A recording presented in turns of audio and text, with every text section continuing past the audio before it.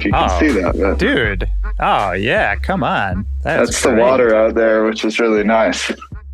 Dude, you nailed it, man. That's nice. Yeah, it's not bad. It's this is just a guest room in the house. I got a really good deal on the house, and have a couple extra bedrooms, which is great. Damn, amazing, man. Were you always in SF? Did you have an LA period? I moved to LA for actually it was about a week or two before the pandemic. I went down to LA post breakup just to chill, and then the pandemic happened, and then I was there for like a month, and then it was like 2 months, and I was like, should I just move here for now, just because I was with my friend, and then it turned into like 2.5 years, which was really fun, but I just missed that stuff, so I moved back. Yeah, no, that makes sense. And I feel the last time we talked, I think was in the pandemic. I think it was maybe towards the end of that LA period or somewhere around there. But are you on the road heavy right now? Like, what's going on just in your general life flow? Yes, this is one of the heaviest, if not the heaviest, I think, touring period of my life right now.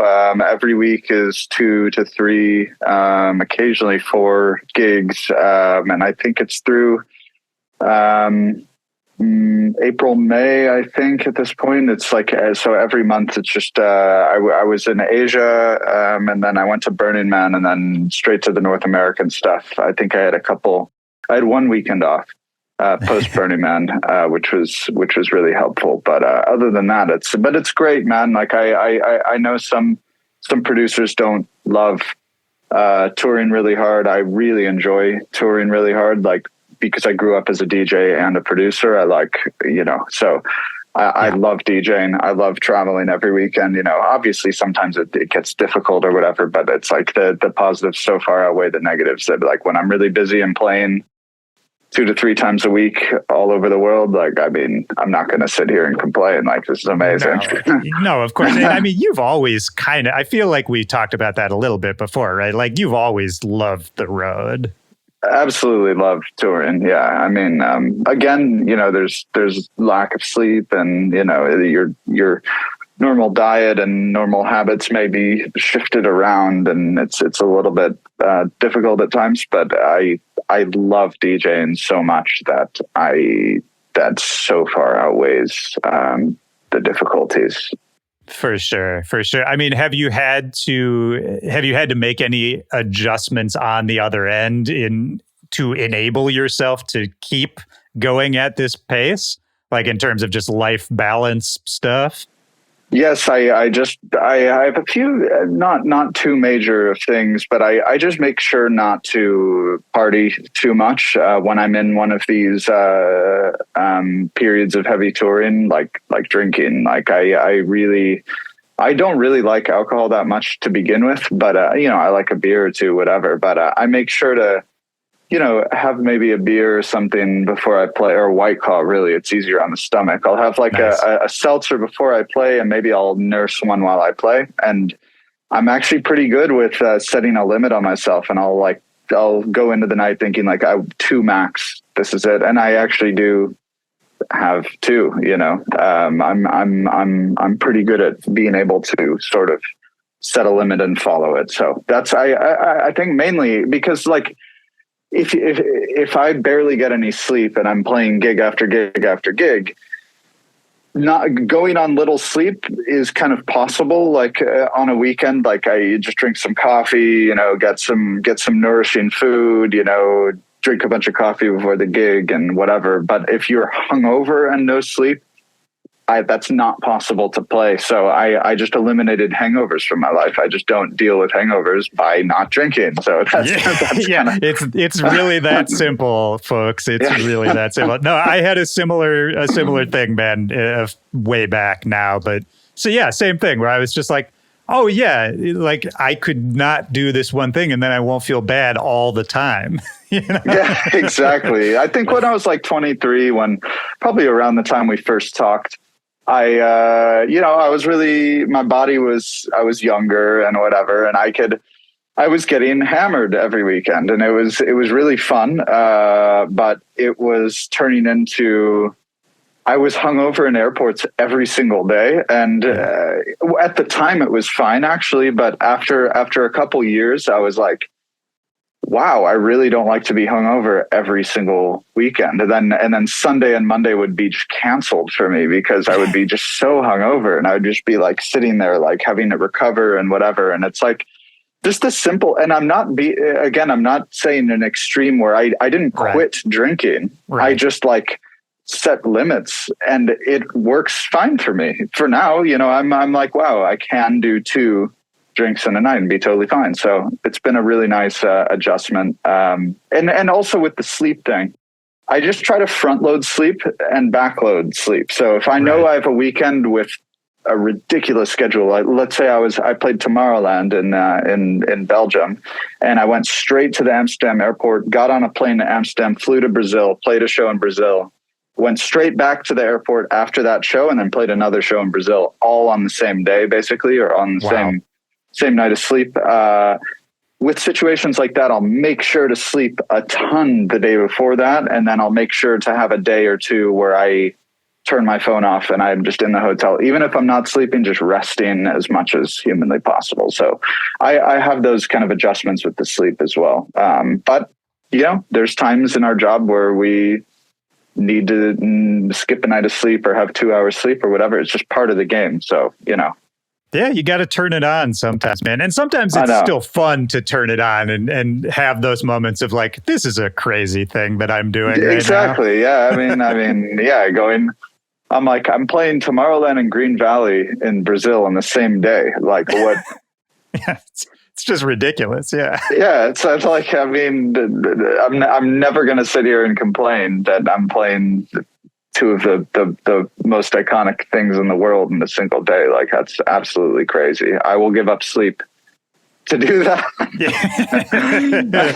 How was Burning Man as someone who was actually there, since it got such a crazy media hype? Absolutely fantastic. It's not easy, like there's never really moments where you are there and you're like, oh wow, this is so easy, but that's not why I really go. I kind of go to be broken down. I go to be filled with creativity. I go to be pushed out of my comfort zone significantly. I go to have difficult experiences as well as fantastic experiences, and that's the whole purpose. When I'm in a really difficult place, I have friends and campmates and strangers there to help. And when I see someone in a really difficult position, I'm there to help. And it's a beautiful community. I know that the media was saying, oh, no one could escape and there's all this mud. Like, yes, there is a lot of mud. Yes,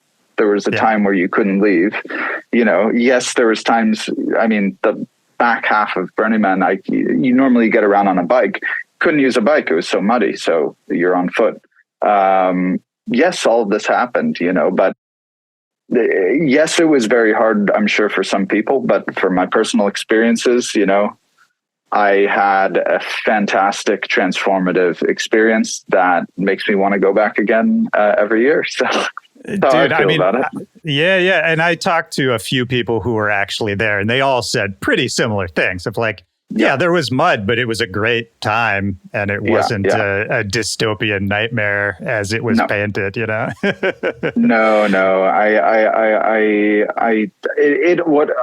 One of the main things it showed me this year as a byproduct that I was not looking for, but I now see, is the power of how much the media can spin something in real time. We've seen it all sorts of times, but to really live it, where in the moment, I'm having so much fun with my friends, and yeah, it's muddy, but we're stomping around in the mud, like looking for a party and eating and drinking and whatever, and we're having a great time.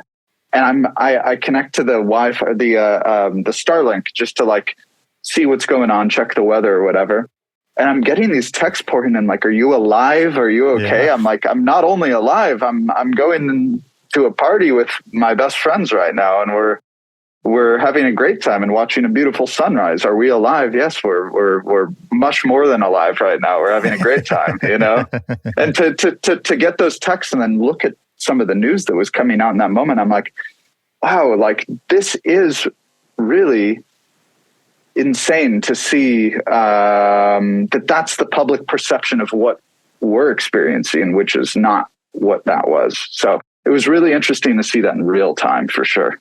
I mean, can you, as much as you're comfortable or want to expound on that, when you say that there are like difficult times as well? Because I think everybody, I've never been to Burning Man, but my understanding is that, you know, everybody goes and has different experiences.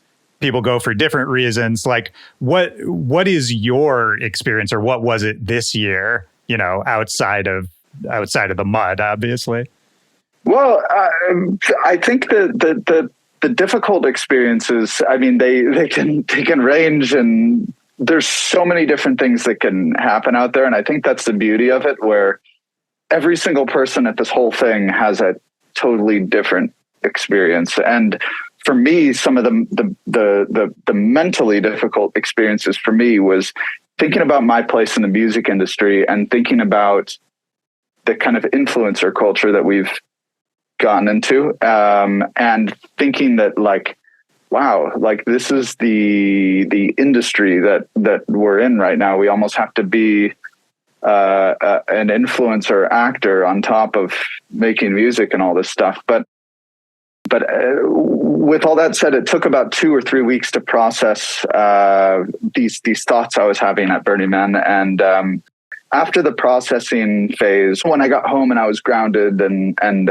everything, I distilled my career to 4 principles, which this really helped me a lot. And the principles are: 1, first and foremost, be kind to everybody.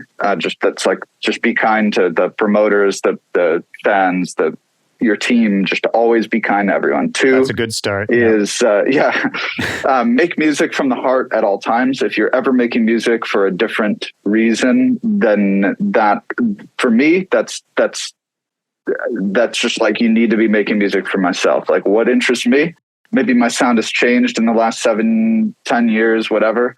But what interests me is what is important to be making at that moment. Number 3 is it shows, if it's coming out of the speakers, it better be coming out of the heart for me. Like, only be playing out stuff that really is interesting to me, or my own tracks, or whatever. Just basically don't play tracks that, oh, I think they're going to like this one, but I don't really like this one. Don't ever do that. It must be coming from the heart when you're playing live. And number 4 is regarding the content thing. Only post authentic content aligned with my values. And that's a powerful one, because my value, you know, I can expand what I'm doing with content and learn how to adapt to the landscape and all that stuff, as long as it's being authentic to me, as long as it's not pushing myself into a zone where I'm like, I don't feel comfortable doing whatever, like, hey guys, here's how I made like the hottest song of the summer and showing my project file and stuff. And there's nothing wrong with that, but like, that doesn't feel authentic to me. So I want to figure out ways to, you know, be able to post things that are authentic to me. So by following the whole, there's difficult periods of mental realizations at Burning Man for me. But what came out of that is these 4 really, you know, these principles that will guide my career moving forward. So if I'm doing these 4 things, then this is what I'm doing. It's easy to just distill it down to these things. Like, am I checking each box? If yes, then this is what I need to be doing right now. Instead of feeling like I'm not good enough, I'm not an influencer, I'm not an actor, I'm not a this, I'm not a that. We can just compare ourselves and whatever. But like, it's all about these 4 things for me. And this is what I'm going to be following moving forward.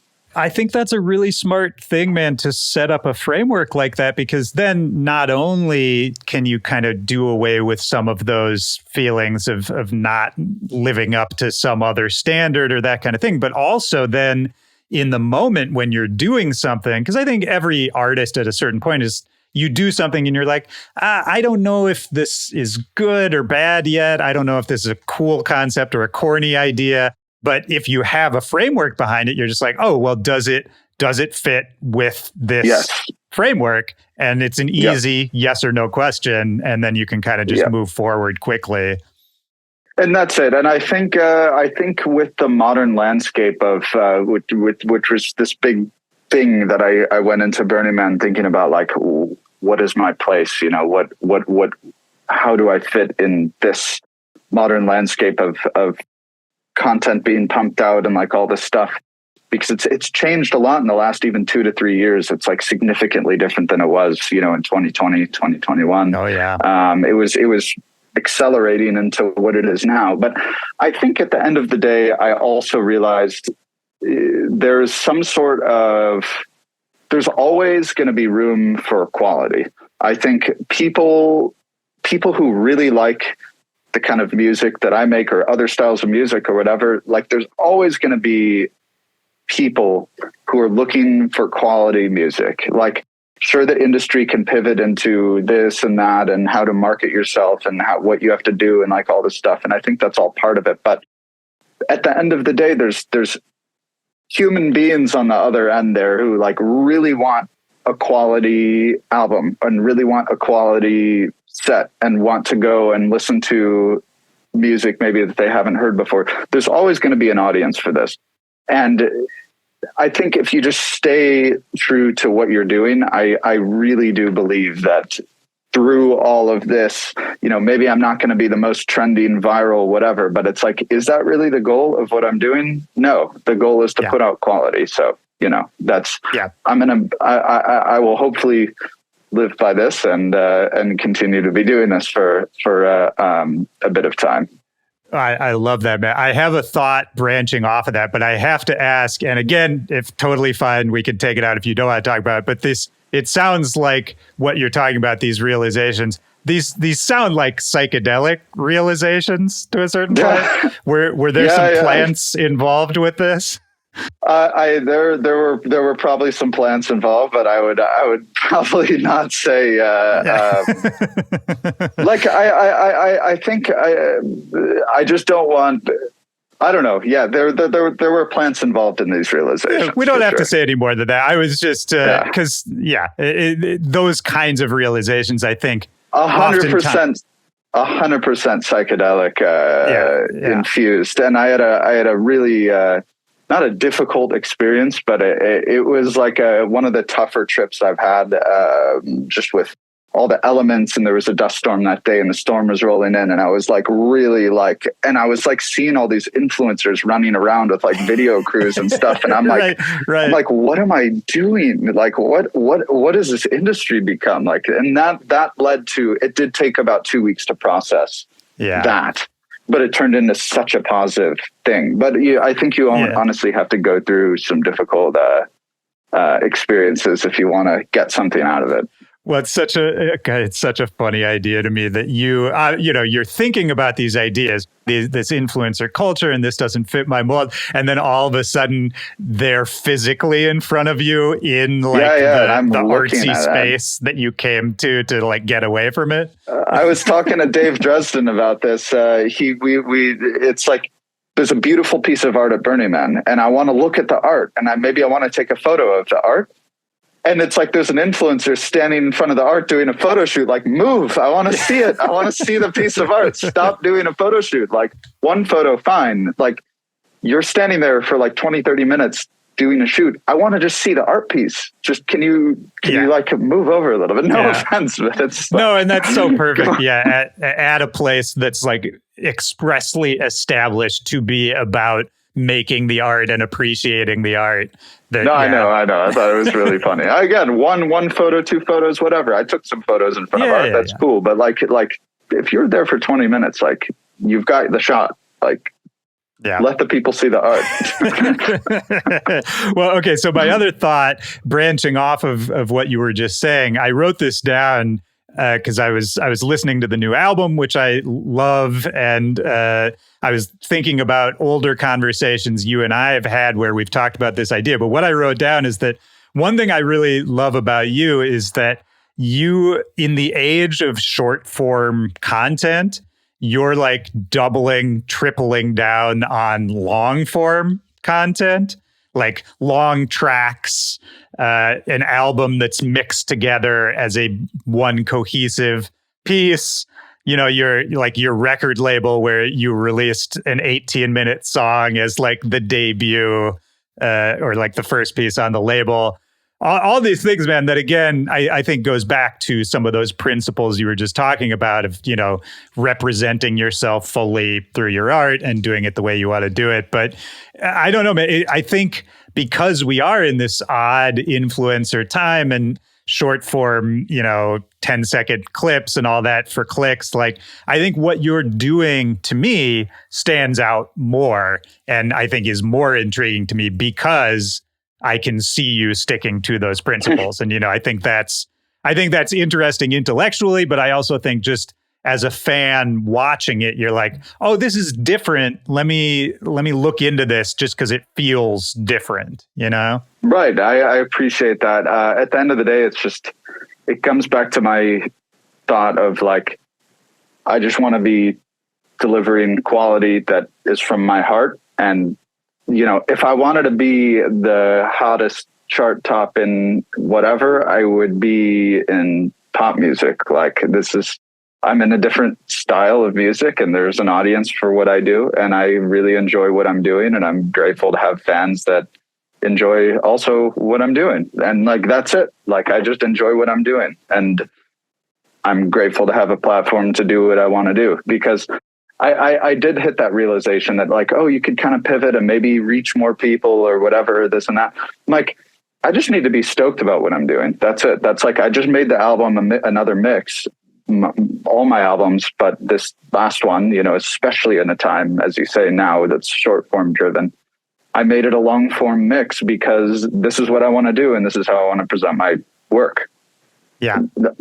It's probably not the best, like, oh, you can stream or viral or whatever. I just don't really care that much, like what I care about is putting out quality and that, again, grateful that people still listen to what I'm doing. And we have a stronger fan base than ever of people who really enjoy what I'm doing. And I'm super grateful for this. That's so kind of where I was going.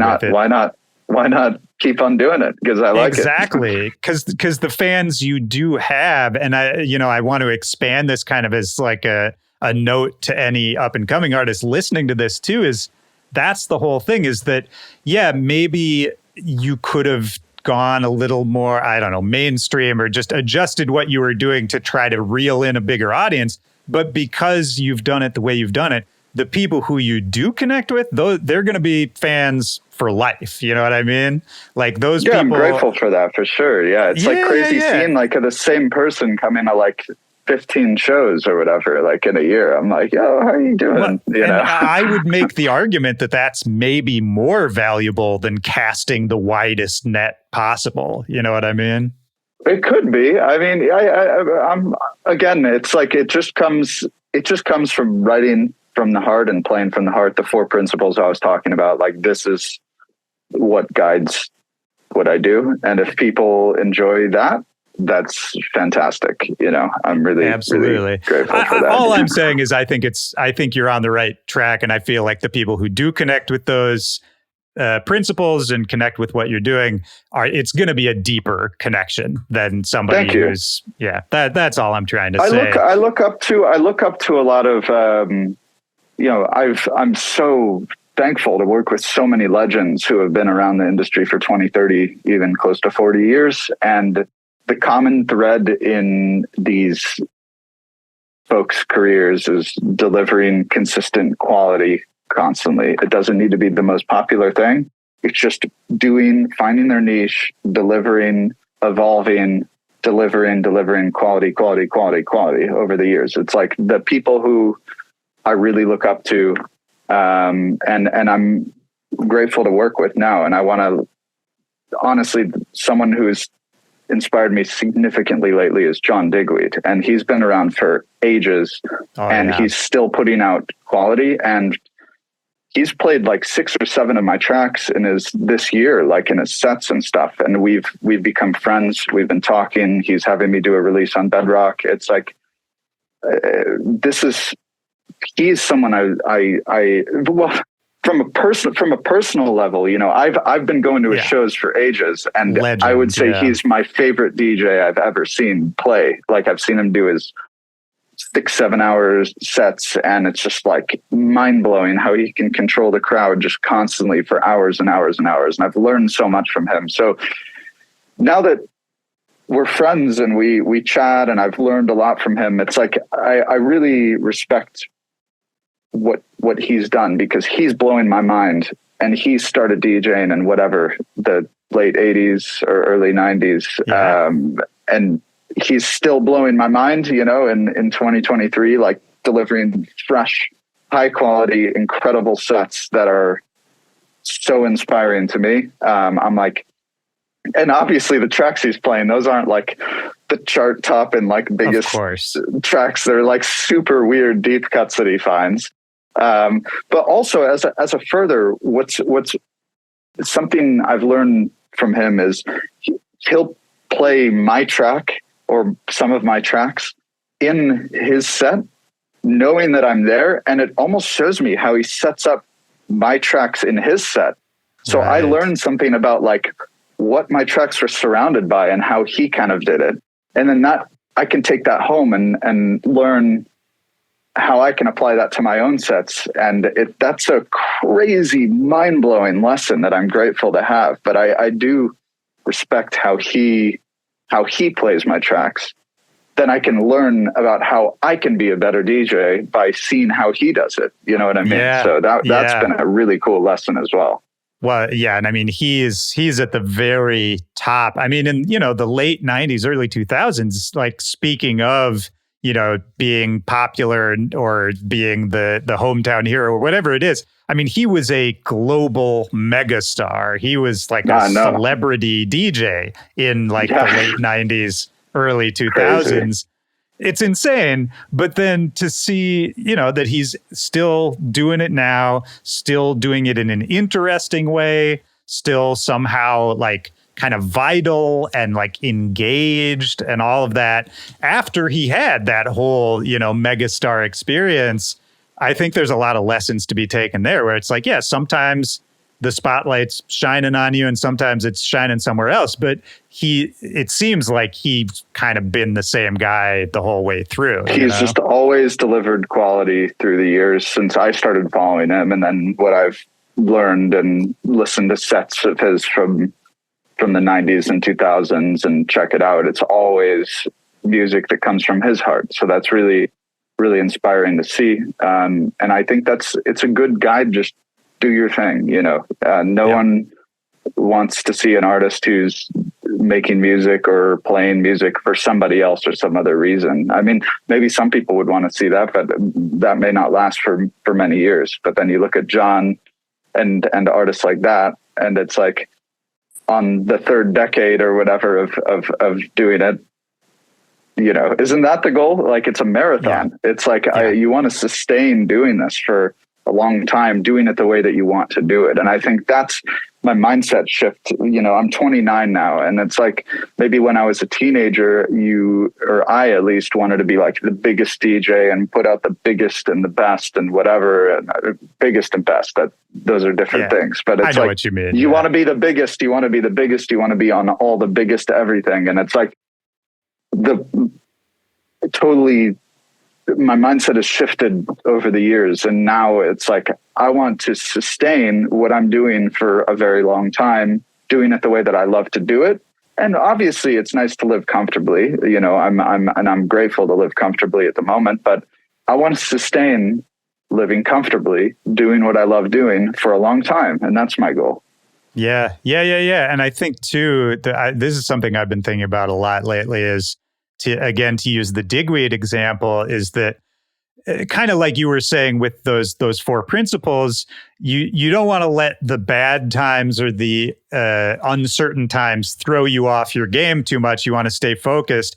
But what that also means is that you can't let the good times and like the boom times throw you off your game too much either. You know, it's like you really got to just like stay focused, stay, you know, run your race. Don't run anybody else's race. Go at your pace. all of that, regardless of whether it's going good or bad. And that's to finish the marathon. If we're using that example, that's kind of the only way it's going to get done. I've had some shows, this year and in past years where I'm playing to 10, 15, 20,000 people in front of me. And you could say that that's like, like a booming, like we got some sort of set at some festival where there's 15 or 20,000 people in front of me. Like that's insane. But I've also played some sets, where there's a couple hundred people and you have like a deep connection with those people. And I think it's like, if every weekend were just like the 10,000 people thing, I wouldn't really be satisfied with what I'm doing. I love having a mix where you play the massive stages to a ton of people, play the big bang-in, heavy, hard stuff. But I also love playing, like last week in New York, 400 or 500 people in a very, very long set, very intimate. The crowd was around me, so the booth was in the middle of the room. And that was one of my favorite sets of my life. Like the vibe in there was so great. The people, I was just going into deep cuts, and it was just, I could see everyone's face around me. I'd turn around, there's just people everywhere, and it's just like a little intimate thing. And I think having a balance of that keeps me really engaged in what I'm doing.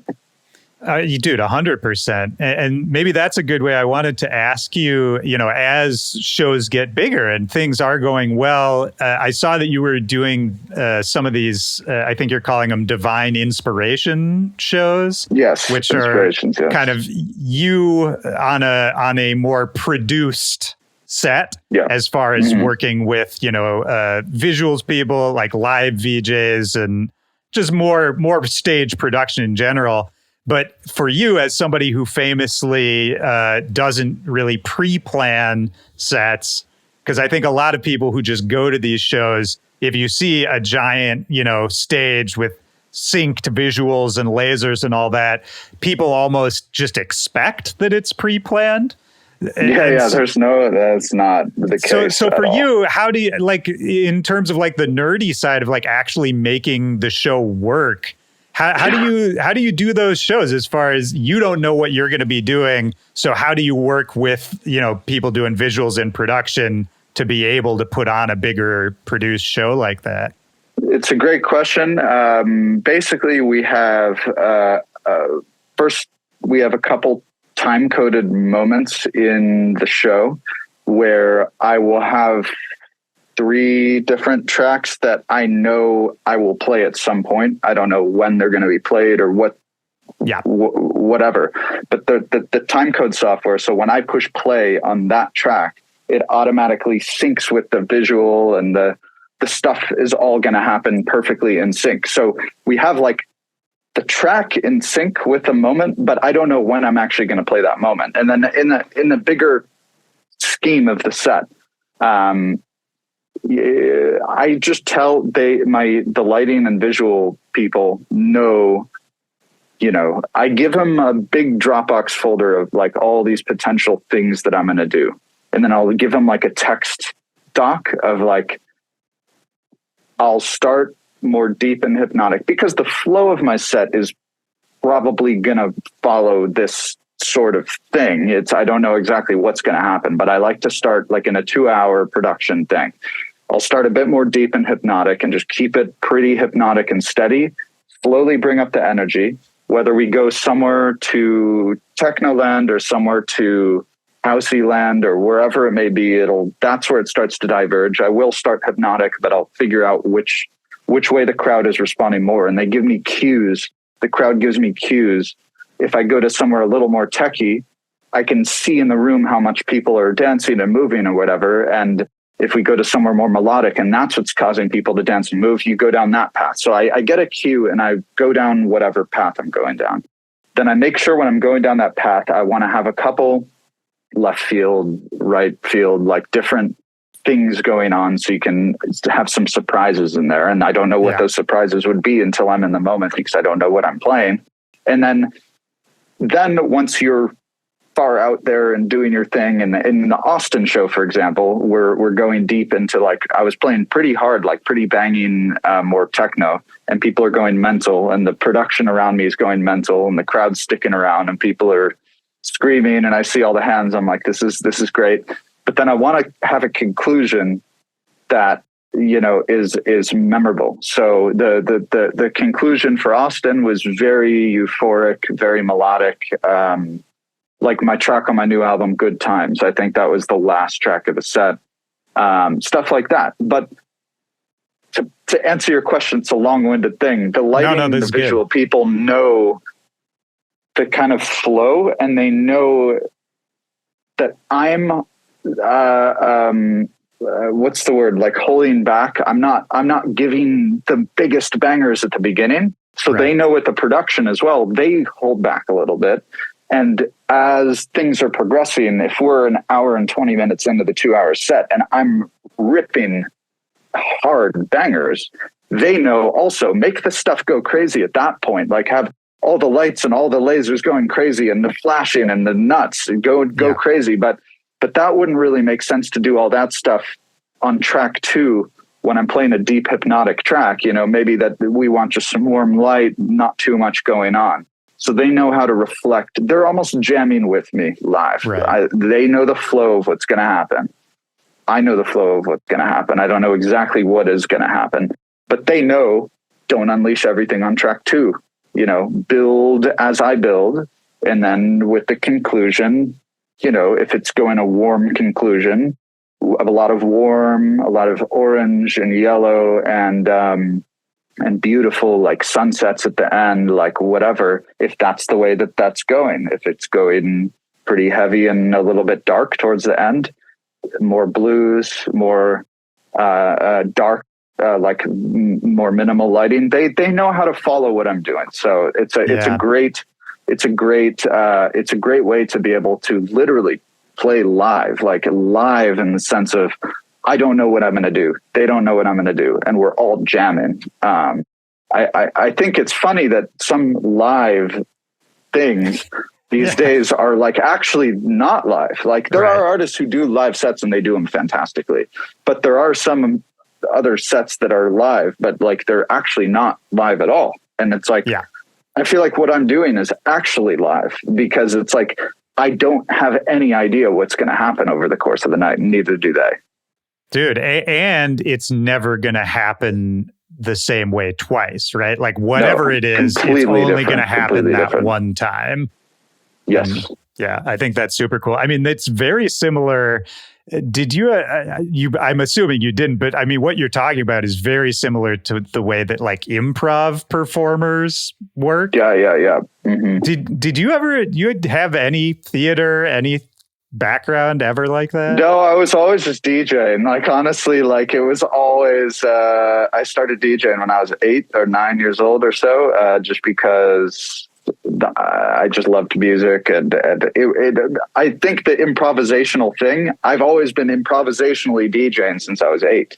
So it feels weird to have a set list because I would go play 13-year-old birthday parties when I'm, 11 years old or whatever. And do you have a set list for 5 hours playing a 13-year-old birthday party, playing like Taylor Swift and trying to mix in Deadmau5? Like you're right. Well, and you see it too. I mean, even on a festival, like a modern festival stage.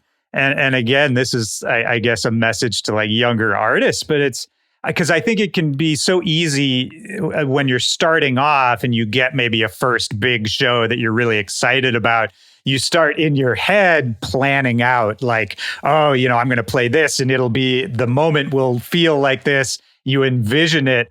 But then when you get there, the crowd, A, there might not be a crowd, or B, the crowd might not be feeling the same things you're feeling. There could be so many different things that will make what you had planned immediately out the window.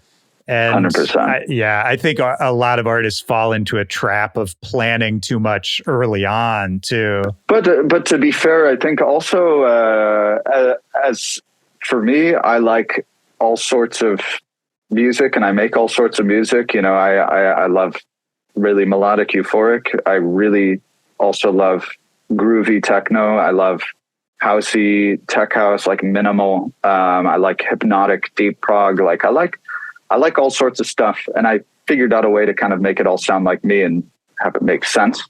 But I think some artists are really good at doing one very, very specific thing. Yes. And that is like their sound, and that is what they do. And there's positives and negatives to both sides of this. But I think for me, my taste is so wide that if I had any planning for a big festival or something, I would really lose my mind, because it's probably going to be going somewhere else. But for an artist who is really good at doing their one thing and that's what they do, that's also really powerful, because they can go do their one thing and that's what they deliver. And this works really well. So, there isn't a right or wrong to do any of this. I think my taste is just too, all over the place to commit to a sound of the set, Well, I agree with all of that. And I think I can tie this back into the new album, which is the track that you did with Ladysmith Black Mambazo. And because, we're talking about, you have a wide range of interests and influences and you make a lot of different stuff. But even for you, that track to me felt like something new and, stretching what you do and expanding it. And I just in general, like, how did that come about? What was it like working with them? And also just like marrying those two sounds and worlds and all that sort of thing. I mean, it's a tough trick to pull off, and the track is great, man. So I'm just curious about it. Thank you. Funny, that track, the instrumental bed of that track was written way before most of my currently published music. The instrumental of that track was written in 2016 or 17. Oh, wow. With my boy Wilt Claiborne. We were in the library. We'd just finished college, and we just made that track on iPhone or iPod earbuds in the library. And it just sat around because it just didn't. It was missing something or something. Like, we just moved on to some other stuff. But then in 2019, so that's 2 to 3 years after we made that track, we were sitting in his house listening to Ladysmith Black Mambazo, who are legendary, talented, incredible. And we heard Awa Madoda, and we're like, what if we take these vocals and put it on that idea that was sitting in the library in 2016 or whatever year it was? And then we just chopped up the vocals. We shifted the pitch of our track. We shifted the pitch of, their vocals slightly. We meshed the two. And then we're like, oh, this is pretty cool. Like, this is nice, And then I played it in Prague at Above and Beyond's ABGT 350 party. I opened my set with it just to whatever. I'm going to just try this out. And the response was just unbelievable. I was shocked to see such great reactions to the track. And then I played it out in my sets for 4 or 5 years. And then, eventually, fast forward to this year, we've been trying to clear it for years. We couldn't get it cleared. And then I saw Ladysmith Black Mambazo was coming to Santa Cruz, which is near San Francisco. And we'd kind of been in contact with their team. And I told them I told the manager I'm going to come out to the show. I watched them play, pretty much brought me to tears. Like, that was unbelievable. Yeah. And then after the show, I met the manager. He's like, hey, I'm Mitch. I went upstairs. I met them, and they're like, a couple of them were like, we love your song. Like, we heard it and we think it's like great. And they're all like, we need to release this. We got to get this out. And then I just talked to the manager, and they're like, okay, cool. Let's make it happen. And then talked on email a little bit. And then we're like, let's do a music video. And then that happened. And then next thing we know, we're just like churning. And then we got their blessings to release the song as like their original master we used. We didn't have to re-sing it, nothing. Like, we got all the rights and everything. So that was the craziest turnaround. You never know what's going to happen. So I think just like always sample stuff, try stuff, like don't feel like, oh, the sample won't be clearable. And like, cause I sample lots of stuff. Right. And had we sat there like, oh, this will never get cleared, we probably wouldn't have gotten it cleared. So super, super blessed that they they wanted to release the track with us. It's insane. Dude, it's great. It's great. And I think the other takeaway there is, you showed up and you met them and all of that. Like, I think that's something that gets glossed over too. Is like, yeah, to make something cool and to make it work, a lot of times you do need to make a human connection with somebody, It helped for sure. I mean, it was an honor to meet them and their crew. Like, that's like insane in and of itself. And then to make a song together is like another level, I mean, the whole album, man, is so like, I got the press release from it and I was looking at that and it's, was talking about how, you were going through some stuff while you were writing the record, and that sort of philosophically it was, built off of maybe a hard time in your life. And I would love to talk about that, but I also wanted to ask, in terms of songwriting, like talking about working with the Ladysmith Black Mambazo song. And in general, I think it's an evolution of your sound in a few different ways.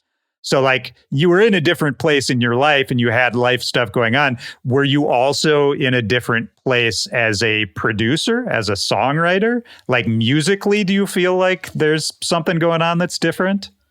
Well, it comes back to just following what I like, and whatever that may be is just kind of what guides everything. For this album, I think I wrote maybe, I don't know, over COVID, maybe over 100 ideas and stuff. As I was piecing together this album, all three of the albums have all come from a place of just having tons of music and realizing that this connects with this connects with this. I'm like, how can I weave these together? I'm like, okay, there's something happening here. This works. This fits. And it's this puzzle that comes together off of a bank of stuff that I've written. And right. This one, some of the tracks were started right before COVID. A lot of these were written during the pandemic while I was just stuck at home. And then some are written post-pandemic. And the message of the album, Equanimity, is about when all the stuff is going on around you, it's like finding peace within yourself and not letting that stuff affect you, basically.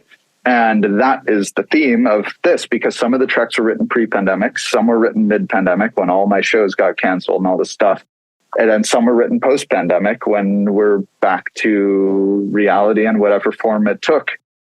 So with regards to sound, I tried to make sure on this album to have some pretty euphoric, really melodic moments, but also some quite dark and different moments, because I think for me, my soul and what I like reaches so much deeper than just playing, or making really easy melodic stuff. Like I also like really dark. I like really complex. And I tried to get in, I didn't go so far into left field. Like, I have some tracks that I've written that are really, really far out into left field. And one of those, John's releasing one of the super experimental tracks, which is crazy. But like cool.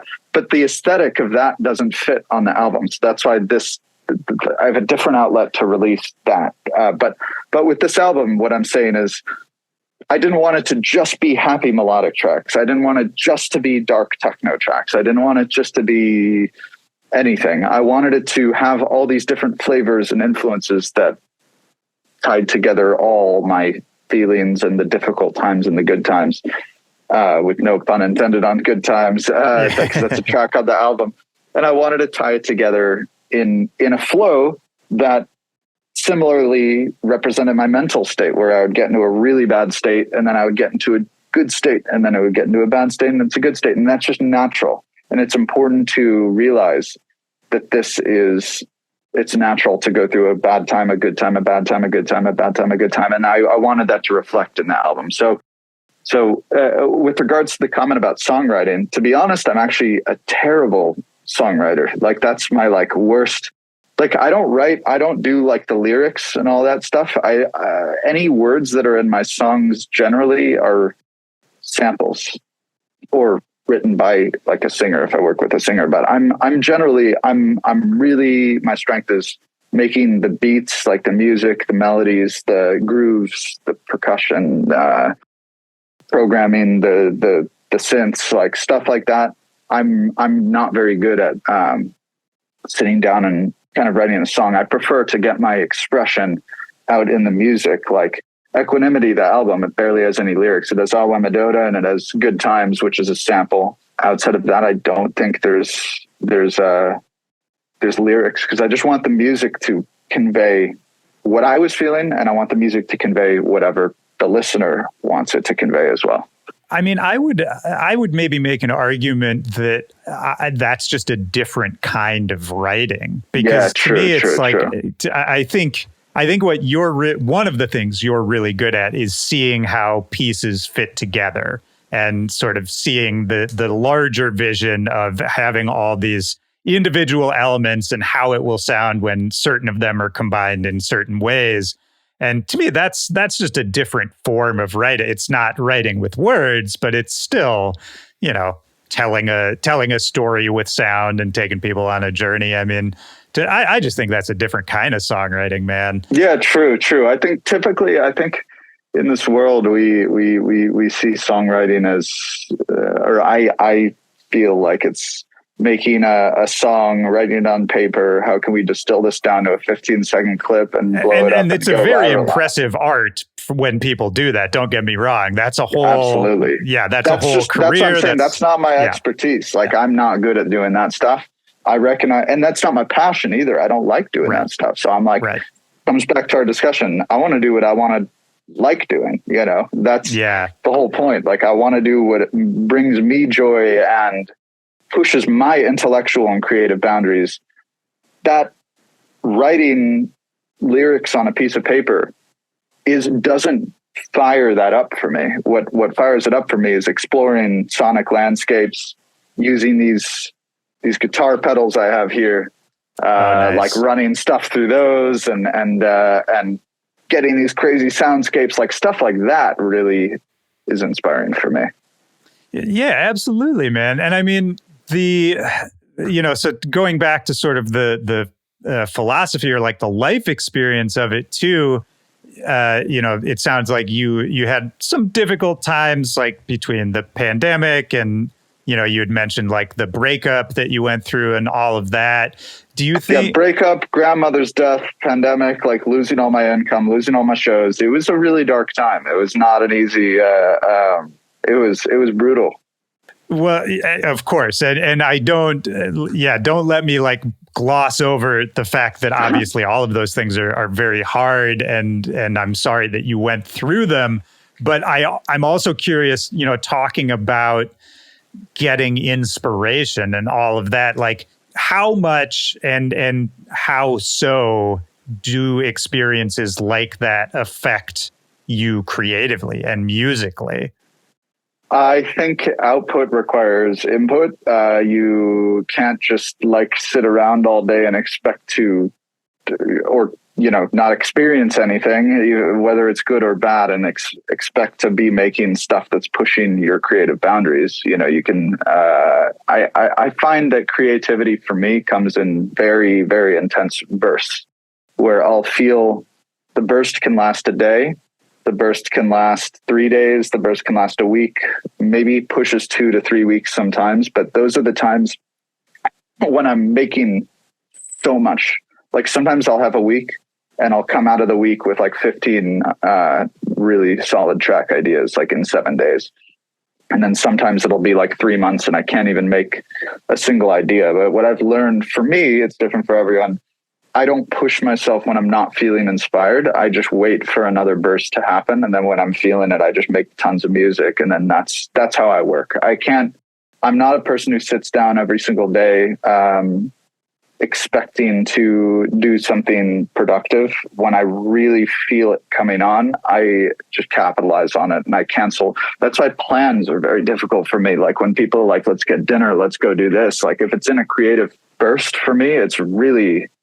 I can't even be present at dinner or hanging out with friends or doing anything, because all I want to do is get what's in my head down on the thing, but you can't predict when that is. So getting a plan down is really, really difficult for me because it's just the way my mind works. And to answer your question, the difficult times can lead to one of those periods. Like something really hard happens. Maybe all I want to do is make music for the next week, and that's what I do. Maybe I don't feel like doing it, but I do know that these bursts come from experiences. These bursts don't come from sitting on the couch, for me, at least. Well, and that makes me think about when you were talking about your Burning Man experience, and that, you know, you had sort of an immediate experience, but then it wasn't till weeks later when you sort of sorted it out mentally and figured out, you know, what parts of it you were going to take with you and what it meant. I think that does work. Because at the beginning, at that Burning Man experience, when I left Burning Man, I was questioning, like, I feel like for the first time in my life, I'm like, is this right for me? Like, do I want to be a part of this thing? Right. And then a couple of weeks after processing, it's like, absolutely, I want to continue doing this. I just needed to reframe how I think about everything. That was the difference. I can't think of my career as the same as someone who loves talking about themselves and not making music. Like I can't, that's not the same thing. Yeah, no, that makes total sense. I mean, I don't know why I'm thinking of this as a metaphor, but it's almost like, you know, if you're at bingo or something and they're cranking the little like orb that's full of little balls, you crank it for a while and eventually one of them falls out and you see what it says. But, you know, if we're talking about these experiences as like each one of those is like one of those little balls, it's like that you have to put them in there first. You don't know when they're going to come out or which one's going to come out, but like you got to put them in. 100%. And I think it's also different for everyone. I know some of my friends, they have the mindset of make music every single day, sit down, put in the reps, and then sometimes good stuff comes out, sometimes bad stuff comes out, and that works for them, you know. And I had that period for, I feel like right when I finished college, that's what I was doing. 2016, 2017, I was literally making music 12 plus hours a day, every single day. My family would have to be like, you need to take a break. Like, you need to get out of the studio and do something else. And that's what I was doing at that time. But what I found for me, what's most efficient right now is the bingo thing. You put a bunch of balls in and sometimes it pops out. And when it's good, you got to roll with it. And if it's not, you know, I go on a walk, I go play video games, I go do whatever, you know. But luckily in a touring period like this, I feel so inspired because I'm traveling around the world and seeing all these shows. And like, I'm like, I really need to make a track that works in this environment. And then I'll maybe on the plane home, make the track, you know? Yeah. You got a lot of balls in there right now. It's I mean, hearing you talk to about like those creative bursts where you almost can't focus on anything else and really need to like just dig into these ideas.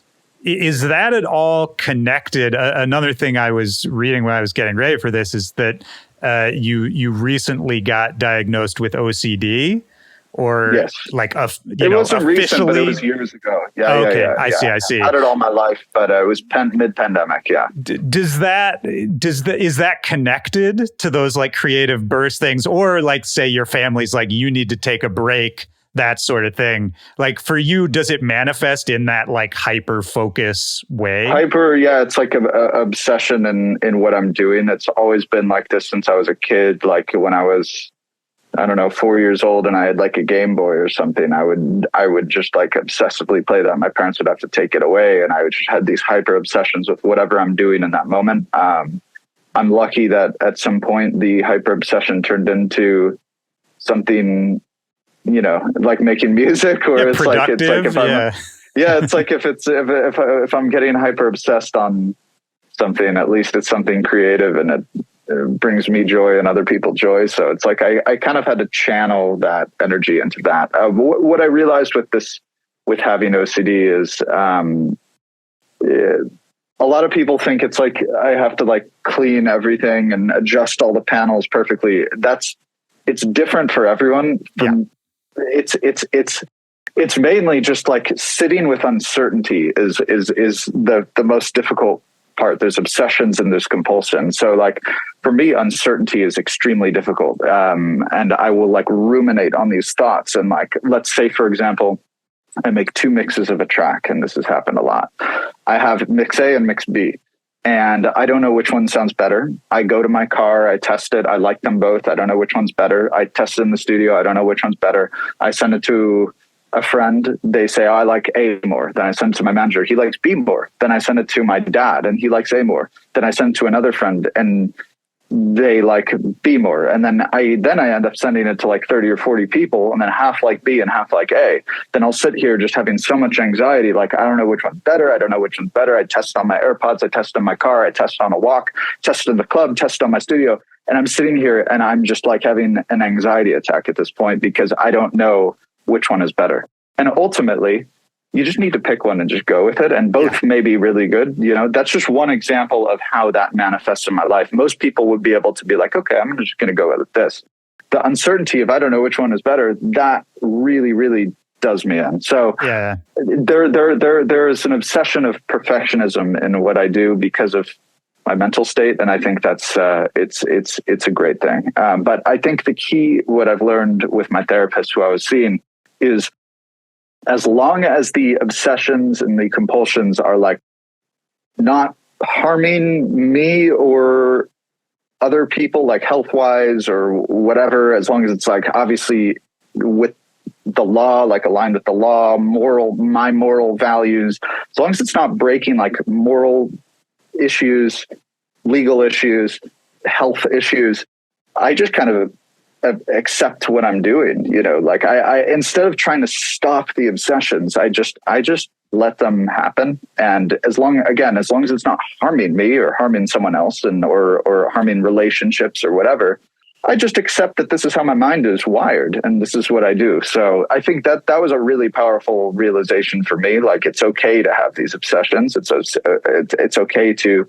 hyper obsess on these things, as long as it's not harming anyone, you know.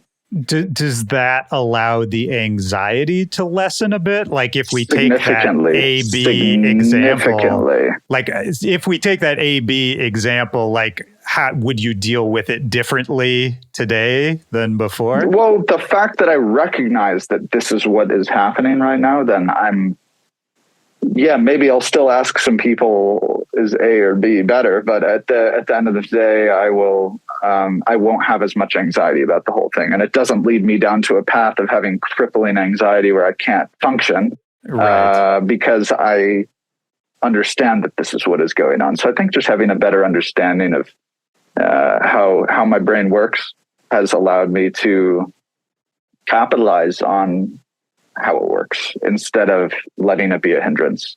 Sure. And appreciating the good parts that it brings to you, right? Where it's like, this is how it is. It's not changing, you know, and I don't want to change it either. Like, this is what it is. And I've tried a medication before. I don't even remember what it was called. It was like to try to stop the stuff. And I hated it. It made me not creative. I couldn't even, like, the creative part of my brain just got shut off. I'm like, I took like 3 days of it or something. I'm like, I'm not touching this. I this is how it is. And I like it. I love it. I love how my brain is. That's the difference, where I didn't know what was going on years ago, and I would get in these thought loops and it would be really difficult. I'd be so trapped in my own head. And now I'm like, I understand why things happen the way they do, and it's nice to just put a label on it. Therefore, it doesn't, obviously I still have anxiety sometimes like anyone else, but it doesn't usually get to a place of where I can't function. Sure. And I mean, to get a little heady with it too, I can understand that from the perspective of, you know, if you're having these thought loops and getting trapped and anxiety is rising, I could see where it would be a thought of like, what's wrong, something's wrong with me, or something's broken, that kind of thing. And then, you know, you go to therapy, get a diagnosis, whatever it is. And then you can kind of realize that it's like, okay, yeah, like I sometimes have these wild thoughts or these patterns or whatever, But then I don't know if this is what you do, but for me, I have some anxiety myself. And it's like very helpful to me to be like, oh, well, the thoughts aren't me. That's not, 100%, that's not who 100%. I am. The thoughts are like a thing that happens in my head that I can see happening. And, I interact with those 100%. thoughts. Yeah. I would take it a step further in pre-therapy. Like one of the examples of how OCD was popping in and the anxiety and all this stuff was popping into my life. Let's say I'm driving across the Golden Gate Bridge and then I have a thought in my head. If I take my car and I go like this, I will die. Oh yeah. And then I start thinking like, am I suicidal right now? Like, I don't want to kill myself right now. And then I get into this thought loop of like, why am I thinking this? Like, this cannot be me. Like, why is this happening? And then that's all I will freak out about for the next coming hours or days. Like, why did I have that thought? I don't want to commit suicide right now. Like, I'm really content with what's going on. Why did that thought come in my mind? When most people, they don't get stuck on that. Like if it's common for people, like if they think, oh, if I turn the car, I'm going to die. Then they're like, oh, that's a weird thought, whatever, and carry on with their day. For me, it would get stuck. And then I would just like think about it and think about it and think about it and ruminate. Why did this happen? What is this? But I've learned to kind of, when crazy stuff like that happens, I've learned to like let it pass through and not get stuck on it. That's good, man. Just out of curiosity, was it just like talk therapy or like how did it was CBT? CBT. It's cognitive behavioral therapy. It was extremely helpful for me. It was basically what happened is the first part of therapy. Now that I'm looking back on it, he taught me about OCD and what I was experiencing and some exposure therapy and some stuff like that. And then after I learned deeply about what it is and how it works and how it manifests, then I would go into sessions saying, well, I don't know about this and I don't know about that. And then he would always say, you're looking for certainty and I can't give it to you. And then our sessions just became me talking about stuff with uncertainty. And he would say, you're looking for certainty and I can't give it to you. And that's all. I was like talking to a wall at some point. Then it clicked with me. I'm like, this is how I need to operate. Like, he's not someone who has given me certainty in the past. He's not giving me certainty now. I need to connect this with my brain. And then that's when I felt like I transcended the thing that I was battling.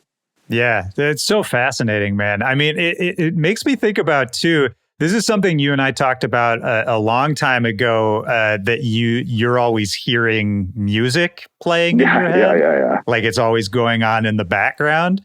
And there was one time, I don't know why, I think about this every once in a while. I asked you at one point, like, did you ever like get this checked out or like look into what is happening? Yeah, I think it's OCD probably, to be honest. I was wondering, do you think it's like the same thing? Probably related, probably mental or like whatever in our brain wiring. I think it's probably related to that.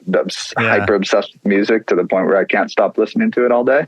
It could be. It was just funny because to me, I asked you, and at the time you were like, no, I never really looked into it, but I don't really mind it. So, whatever. It's probably cool. related. Probably related. But just for me, because I wanted to know what it was, I think that's why I kept thinking about it. I was like, I want him to know what it is so he can tell me. Yeah.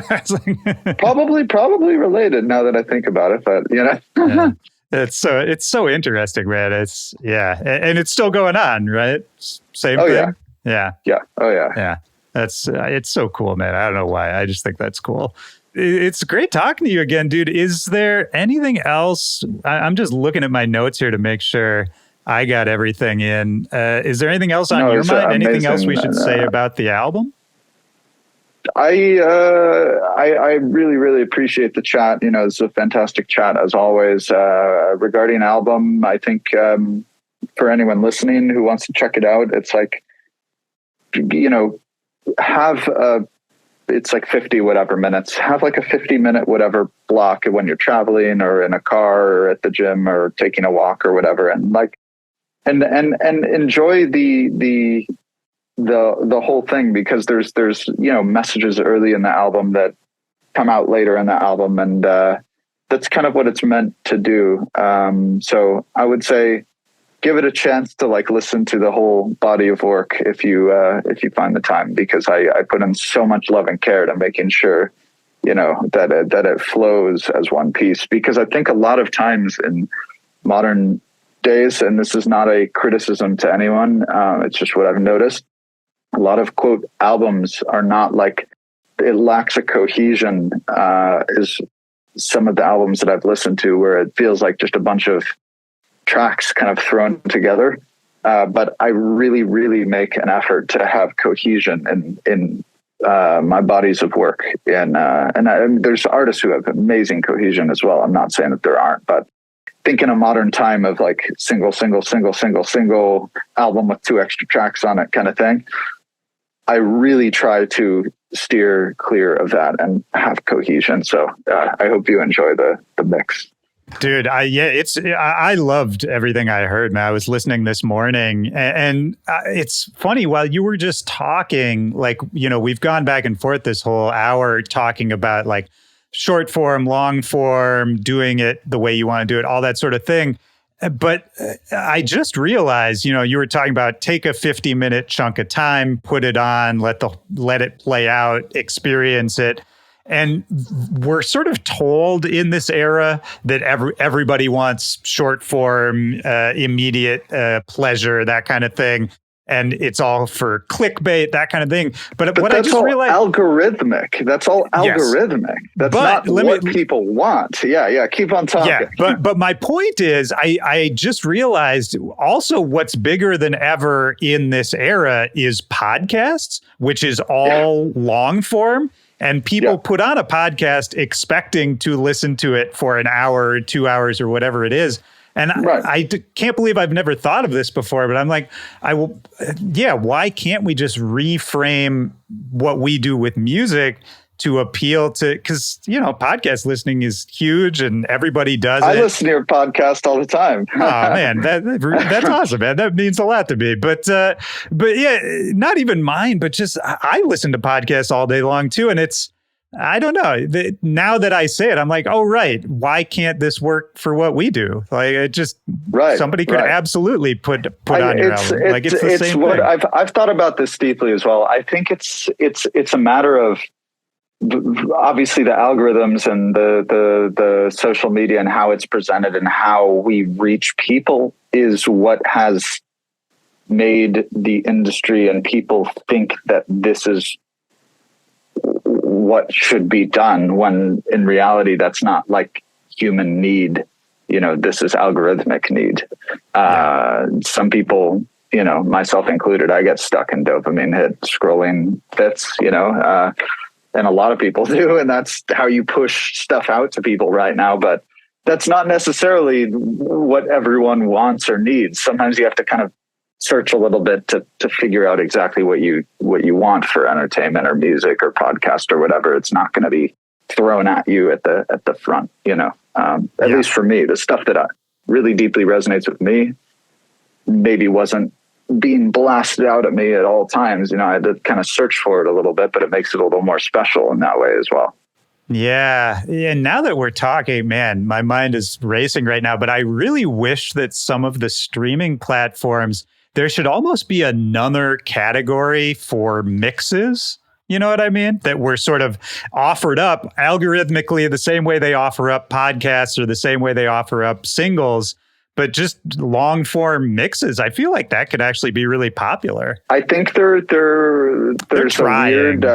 a transitional phase where it's like, the problem is with mixes because you have to break it down to individual tracks, and everyone needs their share and stuff. And it's funny, when we delivered our album, or Equanimity, my third album, it delivered as a DJ mix. The AI flagged it as a DJ mix, and it didn't even put it in my album category. It put it in DJ mix category. Right. So on all the platforms on the first day, it said DJ mix, and it was in compilations. And I'm like, I did not just put in 4 years of work to have this as a DJ mix. Like, that's But it's funny, the AI overrode the human, so funny. Which is That's so super funny. Dude. Well, yeah, and I should be clear. Obviously, they do have a section for DJ mixes and all that, and I know they've tried to promote it in various ways. But I guess just from a DJ culture nerd perspective, it would be nice if I want to have like one thing, and then you push it, and then it's like the mix. Like I want to save the mix. I think, and somehow being able to pay all the necessary artists what they need to get paid. But like it would be nice to have like a 2-hour 1-click mix. I'm really shocked that doesn't exist. I think, but I do see that the pendulum is starting to shift back. Like everything is so short form and so like blah blah blah. You know. I really, really feel that there is demand and people really wanting something a bit different. Yeah. I feel it. I feel it. I've felt it a lot, especially this year. Dude, amen. And I mean, I think just seeing how you're doing is sort of an indication of that larger swell. Because I mean, we started off talking about that you're sort of not only like rededicating yourself to the ideals of your career that you defined and doing what you enjoy, but going harder on it, pushing more on it. I appreciate that, man. It seems like things are growing along with the rededication to those ideals, man. So it's awesome to see. Things are fantastic. I mean, I can't complain. And I think it's a byproduct of just doing what I love doing. That's the key. Like for advice for anyone you've talked about advice for anyone listening or whatever, for people really wanting to make it, like figure out who you are and what you want to do and do it. Don't look around at what's going on or what's popular or what's popping. But the thing is, if you want to look around and look what's popular and what's popping, that can lead to short-term success, which can lead to long-term success. Sure. But I think for me, like sustaining my career at this point, I'm really grateful to, I've been DJing and producing at Spencer Brown for 10 years at this point, and I'm really happy with where my career is, and it's still growing right now. And it's just focus on what you love doing. And that is the key of music industry 101, in my opinion. Do what you love doing, and then you won't get caught up in anything else. I would consider myself a better DJ than I was 5 years ago. And 5 years ago, I was a better DJ than I was 5 years before that. And 5 years from now, I'll be a better DJ than I am now. And it's a constant learning experience of how to get better and how to, but I feel very confident in what I'm doing right now. But I know in 5 years, I'm going to hopefully feel even more confident in what I'm doing. So yeah, 100%. And none of us will ever be as good as John Digweed. So there's always further to go, right? I was just thinking that as well. I'm like that. I wish I could. Well, he's just so far ahead. He's been, he's had the decades. Every 5 years, he's been getting better too, And it's effortless. Like you look at him and he's just like, how he is. He likes to be in the corner of the room. He doesn't want to be like in the center of the attention, and the whole room has this whirlwind around him of people going nuts for hours and hours and hours. And he's just like casually, and then he'll like turn around and like have a conversation, and then go back to mixing. It's like, it's so cool that he's not like a guy jumping on the decks and like hyping everyone up. It's like he has the vortex going on, and he's just off there doing his thing, and people are going crazy around him. And I think that's so cool to see. Like as the opposite. Yeah, no, of course. Yeah. Just like in the eye of the storm, basically. Yes. 100%. I love that, man. Well, that's a great image to leave it off on, man. Thanks for sticking around, and thanks for doing this again, man. It's great to talk to you. Thank you so much. It's always amazing to talk to you as well. Thank you. Great to talk to you. Peace. Bye. Right, Bye. Peace.